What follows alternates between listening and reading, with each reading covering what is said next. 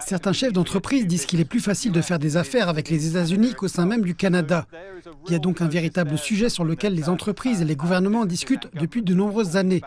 Mais bien sûr, avec cette menace des droits de douane, ce sujet attire un peu plus l'attention.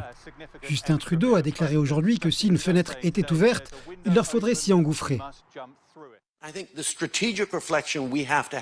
Je pense que la réflexion stratégique que nous devons avoir en ce moment est que nous nous trouvons à un moment qu'il nous faut embrasser pour les Canadiens, pour voir non seulement comment surmonter ce défi particulier au cours des 30 prochains jours ou des prochains mois, mais comment surmonter et prospérer et devenir plus forts, nous renforcer, au cours des 4 prochaines années et dans une situation politique à long terme avec les États-Unis qui présentera peut-être davantage de défis. Une autre question, bien sûr, est de savoir comment diversifier les exportations vers d'autres marchés. Pas juste vers les États-Unis, bien sûr, mais vers d'autres marchés en Asie et en Europe. Et en plus de cela, si ces droits de douane devaient être imposés, qu'est-ce que le Canada pourrait faire ?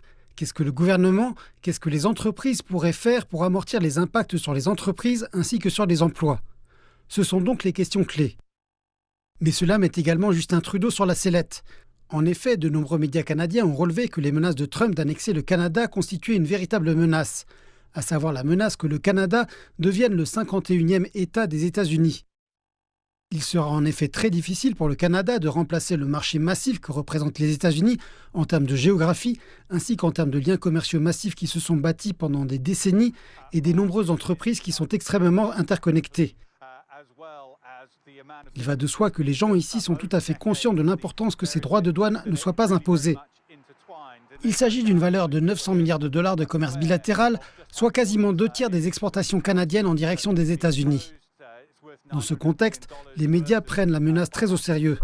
Le gouvernement affirme qu'il garantira que toute cette discussion autour de la sécurisation de la frontière sera désormais prise au sérieux. En attendant, il est très difficile de remplacer les États-Unis et cela nécessitera certainement très longtemps de trouver ces nouveaux marchés.